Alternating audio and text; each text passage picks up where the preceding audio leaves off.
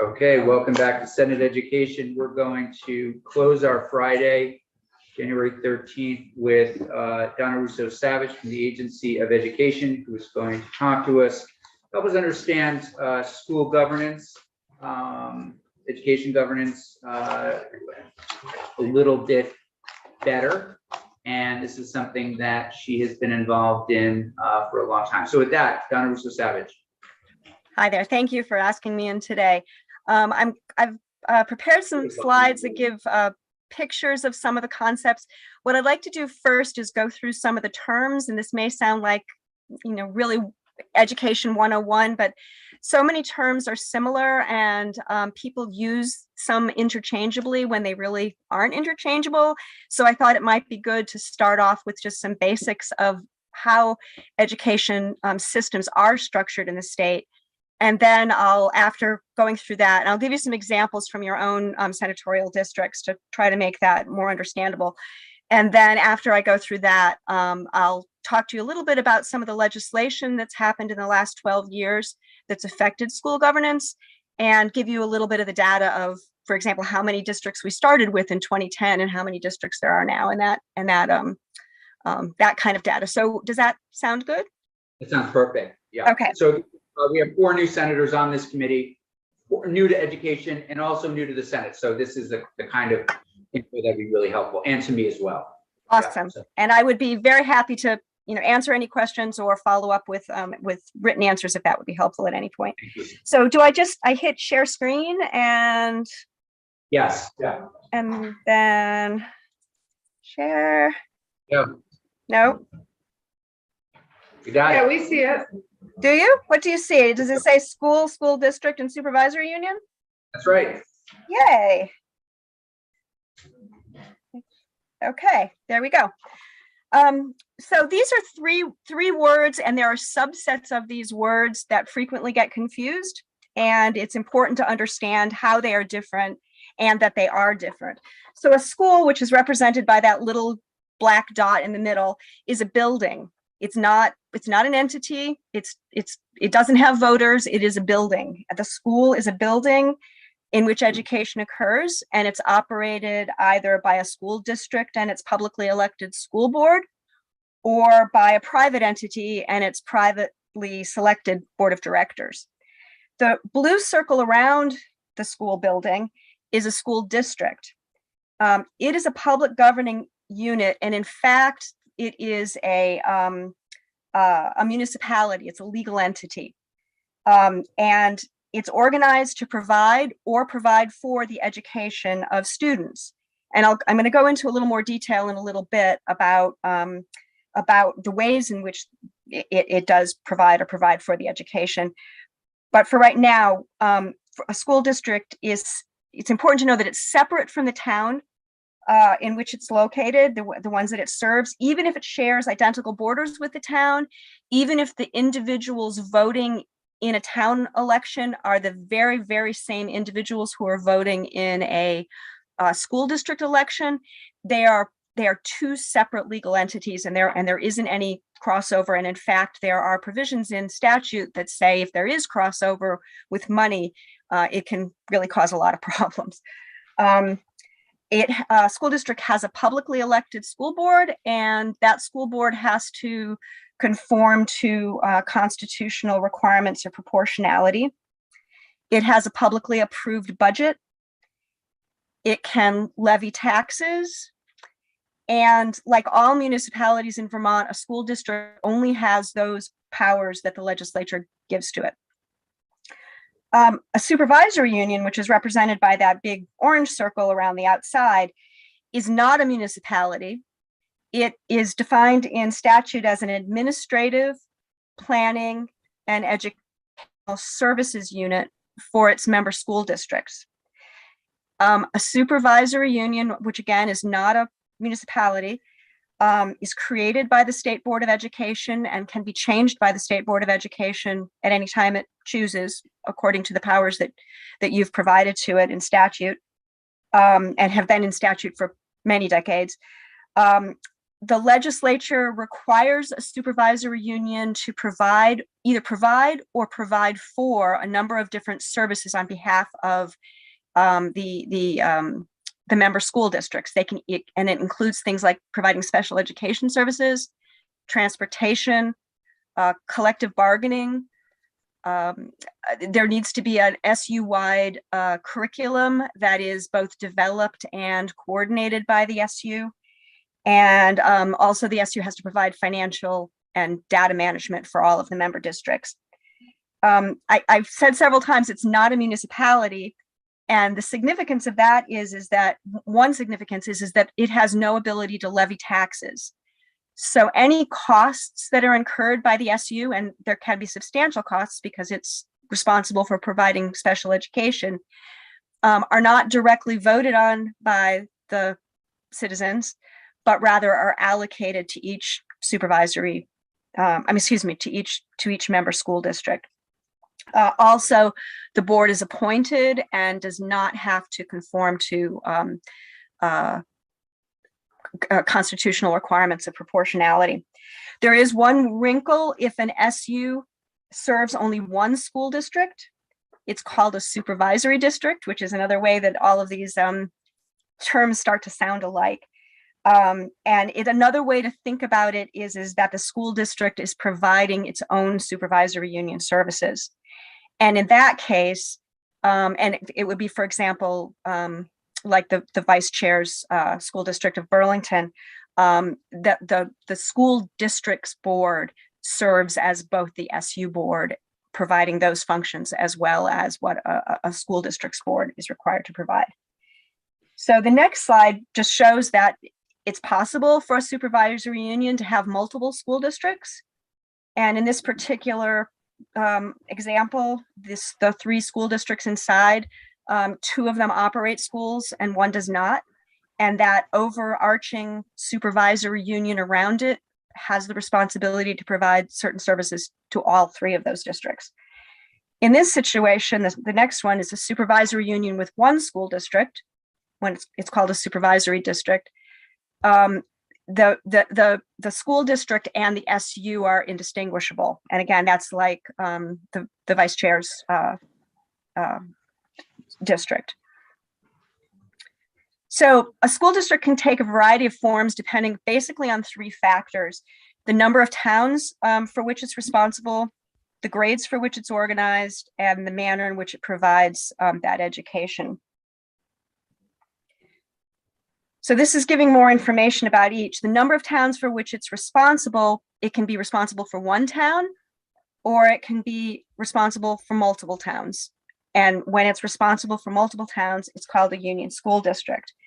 Some of the examples in your areas of that are: 1 town would be Burlington, Vernon, Rutland Town, Sandgate, Marlborough, Ira. Those are all 1 town districts. They only serve the students in that 1 town. There may be tuition students who come in, but they are only organized to serve the students who live in 1 town or city.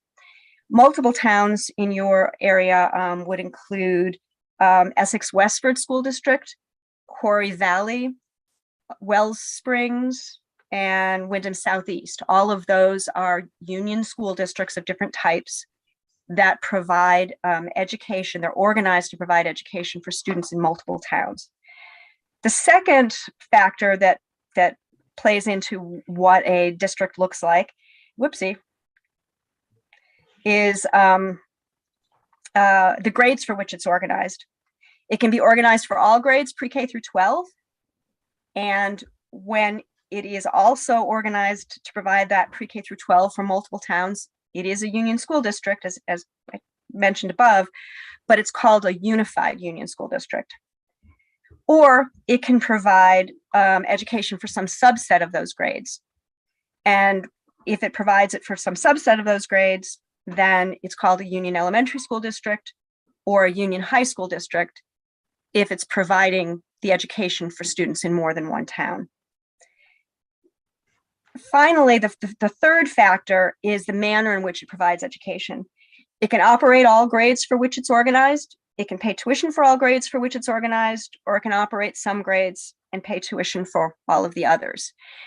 And all of these factors can be mixed up in pretty much any way that you can think of. And especially prior to 2010, they were. There were 270 school districts in the state, and there was any way that you could possibly imagine to mix up all of these different factors occurred in the state. So just to give you just a picture idea of what a unified union school district looks like, this is a school district that's organized to provide for education of students in several towns. So it's town A, town B, town C, town D. It has chosen to do so in all grades because it's a unified union school district, not a elementary or high school union district.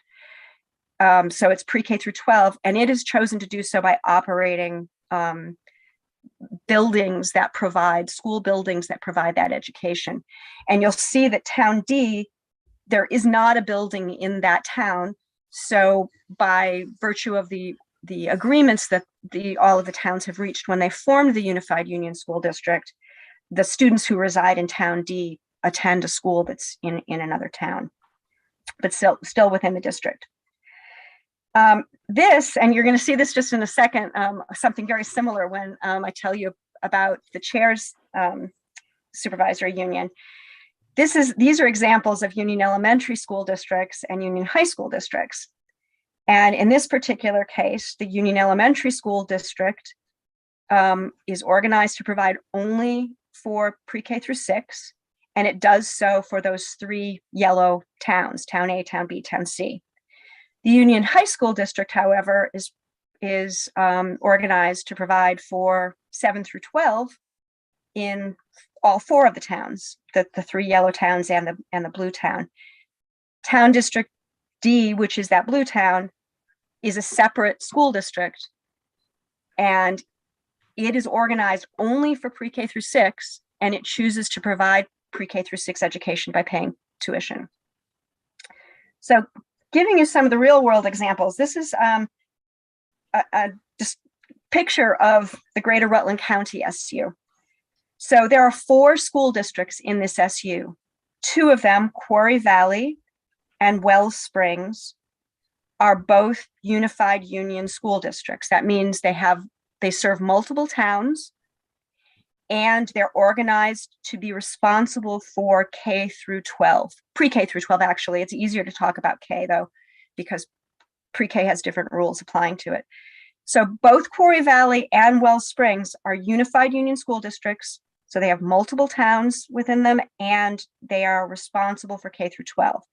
Quarry Valley, however, opts to do so by operating all grades K through 12, whereas Wells Spring opts to do so by operating 1 or more K6 schools and paying tuition for 7 through 12. There are 2 other districts in the Greater Rutland County. One is the Rutland Town School District that is responsible for all the students in one town, just Rutland Town, in all grades K through 12, and it chooses to do so by operating K8 and tuitioning 9 through 12. Iris School District, again, it's a town school district. It's only responsible for its own students in its town. It's organized for pre-K through 12, and it chooses to fulfill that obligation by paying tuition. Windham Southeast is a little bit, whoops, I'm sorry, go ahead. Where does Iris send some of their students to? Mill River, West Rutland, Pulteney. Okay, thank you. Pretty much anywhere they want. Okay, thank you. Sure. Wyndham Southeast is a unified union school district. Wyndham Southeast, it's called the Wyndham Southeast School District. It is a unified union, so I put that in brackets just to make it clear. It's responsible for the students who live in Brattleboro, Dummerston, Guilford, and Putney, so multiple towns. It's responsible for K through 12, so it's a unified union school district, and it chooses to fulfill that obligation by operating multiple schools. Vernon School District, I'm sorry? And some of their kids too. They do send some kids out of state to like Northfield, Mount Herman. Okay, is that what the closest high school, or is it? No, Brattleboro Union High School is slightly further by like maybe 5 minutes. Okay. But yeah. Okay, thank you. And then finally, this is the chair. I didn't include a diagram for the vice chairs because it's quite simple. It's a single city, a single school district, a single, operates K through 12, and it operates as its own SU. The chairs, SU, how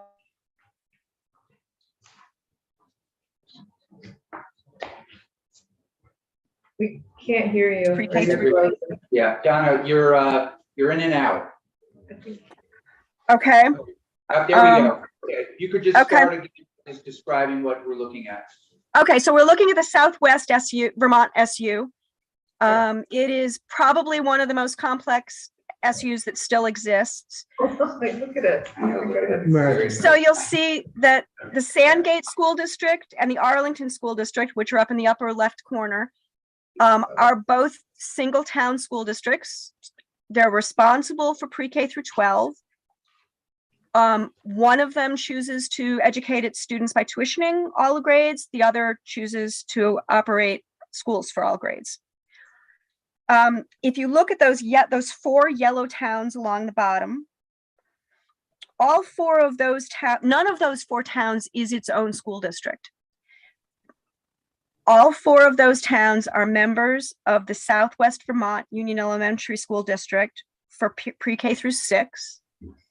And that district operates schools for the students in the 4 towns in order to fulfill its obligations. In addition, all 4 of those yellow towns and the North Bennington ID are members of the Mount Anthony Union High School District for 7 through 12. And then additionally, there is the North Bennington ID, which is one of the 2 remaining incorporated school districts in the state. The other is Winooski. And it exists just for pre-K through 6, and it chooses to educate its students in those grades by paying tuition for those grades. So there are, I think I counted 7 towns, and there are 5 school districts. So there's the Sandgate School District, the Arlington School District, that Union Elementary School District that serves 4 towns, the Union High School District that serves 5 towns, and then the North Bennington District that serves its own pre-K through 6 students. And around all of that is an SU that's providing its services. So how do I stop sharing? Donna, we have a question. Okay.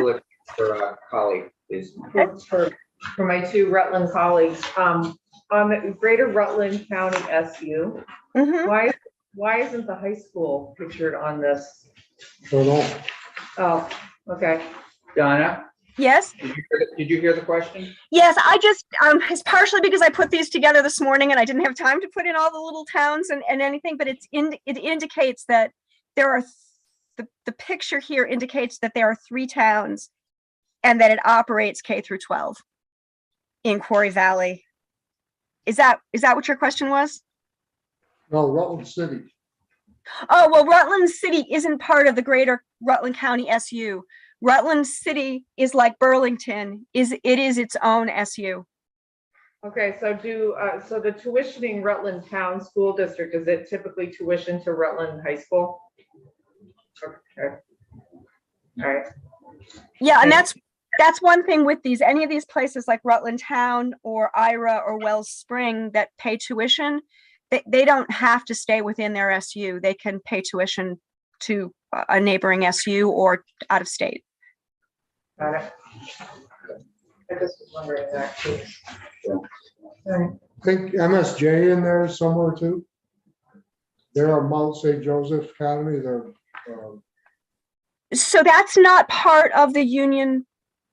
That's not part of the school district because it's not operated by a school district. It's not a public school, right. but it is an option of a place that tuition can be paid, or potentially a place that tuition can be paid. Irison's kids. Irison's kids chemistry. Too. Yeah. So did I just stop sharing? Yes, thank you. Okay, good. Nicely done. I'm Yeah, very proud of myself. I am not tech savvy at all. So that was just to give you a little bit of an overview, but I wanted you to have that just so you know that there are so many different ways that school districts can be structured and supervisory unions can be structured. And prior to 2010, there were over 270 school districts in the state and 59 supervisory unions. Beginning in 2010, the legislature started to take action to think of different ways to organize the services that are provided by school districts and to school districts. So it enacted Act 153 in 2010, and in that act, it made a finding that school district governance consolidation. So this is the governance, this is how it's organized, not what school building it occurs in, but school district governance consolidation would support increased educational opportunities, cost efficiencies, and economies of scale. So in Act 153, following a set of findings, it did two things. First, it created a merger incentive program that provided tax rate reductions and other transitional assistance to districts if they merged into a unified union school district that had certain characteristics. And you'll remember a unified union school district is one that that is multiple towns, pre-K through 12, and it does or doesn't operate or operates some and doesn't operate others. The other provision that the legislature enacted in 2010 were amendments to a statute that govern what SU responsibilities are. And it greatly expanded the SU responsibilities at that time. Those SU responsibilities that I listed before, like special education and transportation and data management and collective bargaining, all of those were expanded to become responsibilities of the SU in Act 153. In 2012 and 2013, the legislature started receiving a lot of testimony from various districts that either on either of those two parts from the earlier act, either the how it was impossible to meet the requirements that had been set out in that merger incentive program, and they had special circumstances that they wanted to have addressed differently, or that it was very difficult to meet the requirements of the SU, newly expanded SU requirements. So in both 2012 and 2013, the legislature made some adjustments, including giving more flexibility in how the criteria for that merger incentive program could be met. In 2016, then this is what people generally think of as when the governance changes started to happen. The legislature enacted Act 46. Act 46 actually incorporated those earlier incentive programs that were enacted in 2010 and 2012 and 2013. And it also incorporated a decades-old set of statutes that governed how school districts merged to create a union school district, and then once merged, how the union school districts would operate. So it used a set of very, very, very old statutes in order to create the process for it. It just relied on those statutes. In Act 46, the legislature designed a multi-step process that was designed to result in the governance changes that they hope would reach those goals that had initially been contemplated in 2010. The programs for voluntary merger were expanded. Districts that didn't voluntarily merge were required to self-evaluate and talk to other districts and then present a proposal to the state board saying how they intended to meet those goals by not merging. The Secretary of Education was required to look through all of those proposals from the non-merging districts and come up with proposed plan for what might happen. And then the legislature gave very clear instructions to the State Board of Ed that they were to take all of this information, and I'm going to quote this because I want to make sure I get it right. They were to take all this information and consider it, take testimony, and then issue its order merging and realigning districts and supervisory unions where necessary. And all of this was supposed to occur between when it was enacted in 2015 and everything was supposed to be operational. All of the changes, whether they were voter approved or ordered by the state board, were supposed to be operational no later than July 1, 2019. So it was a very tight time frame to go through all of this, 2015 to 2019. Many of the districts that were the subject of the the state board's order to merge appealed that to the courts. And in 2020, the Supreme Court of Vermont said that the legislature had not improperly given this authority to the state board, and that the state board had not exceeded its authority, and that the state board's order would stand. So that was the end of most of the mergers. There's still some things that have been happening since then, but for the most part, that's been going on. Last year, the state board reviewed those very, very old, not the state board, the legislature reviewed those very, very old statutes that had been being relied upon for the creation and operation of union school districts. And those statutes had been written in the 1960s. They were written primarily with union high school districts in mind. And then they had been amended piecemeal in the succeeding decades to try to the very, very different needs of unified union school districts. Last year, the legislature repealed all of those very old statutes and replaced them with new statutes to provide the lacking detail, to clear up a lot of the inconsistencies, and very significantly for where we are now, provided different set of statutes for how a unified union school district, that's the pre-K through 12 district, operates, from statutes about how a union high school district or a union elementary school district operates. And that kind of clarity is really important, because it comes down to things like which town clerk has responsibility. Do you even go to a town clerk when you're going to be petitioning to be a board member? There, very, very specific details like that are different depending upon what kind of union school district it is. And so the legislature's work last year vastly clarified those processes. And I'll tell you in just a second why that's so particularly significant. But I did want to say that another thing that legislation did, which was most of the changes that the legislature made last year to these statutes were technical or non-controversial at the very least. But the legislature also did create a new statutory process governing how a town could withdraw from an existing union school district, and then also provided 4 sets of temporary laws that addressed the 4 towns that had taken at least one step under the old law, so that they would be given a little more guidance than they had under the old law, but they wouldn't be required to follow all of the steps of the new law.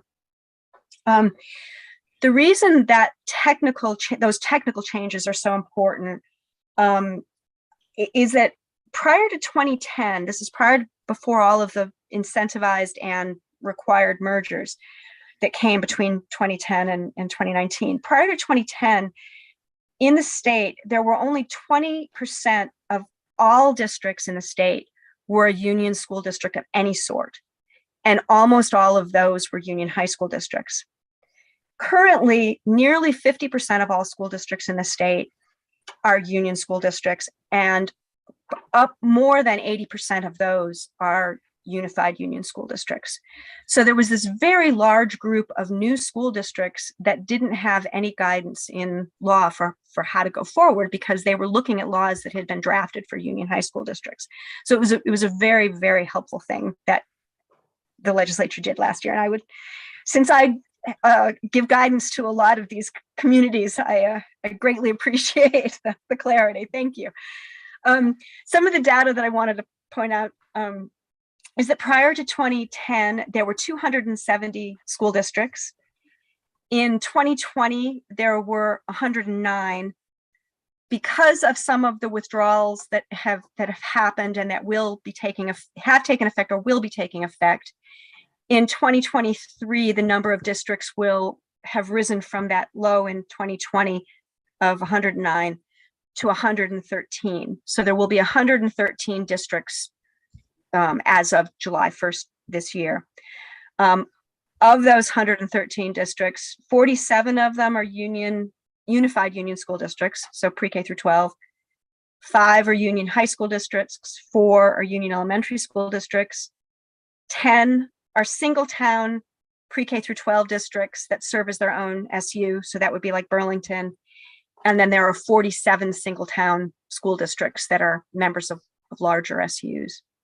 And then as far as SUs, there were 59 SUs prior to 2015.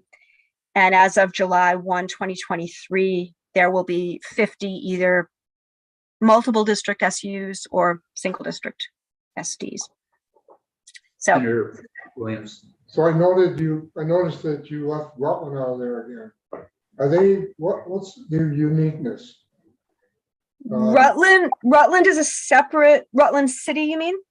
Yes, So Rutland City is like Burlington. It's its own school district, okay, and it's its own school district that provides its own supervisory union services. So even though students from your SU might go there, it's not part of your SU. It's entirely its own entity, just like Burlington or Springfield. Those are the big ones I can think of. Well, Winooski, Colchester, there are others up in the Burlington area. thank you. You're welcome.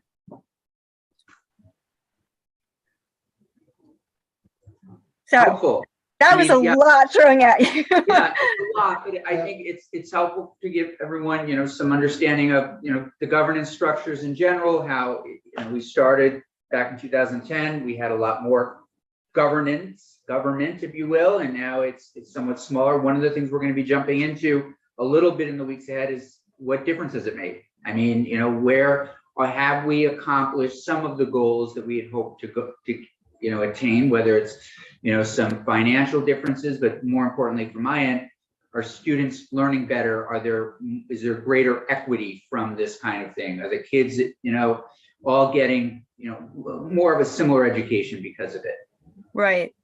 I'm sure that you're already planning to do this, but you might want to talk with Jeff Francis and Sue Siglowski for some examples, because there are definitely some of these merged districts that are doing some really exciting things, and it would be interesting, I think, for you to talk to their superintendents. Great. Thank you. Any You're welcome. final questions for Ms. Russo Savage? Okay. Very good. Okay. Thank you, Donna. Thank you. Safe travels home. Thank you.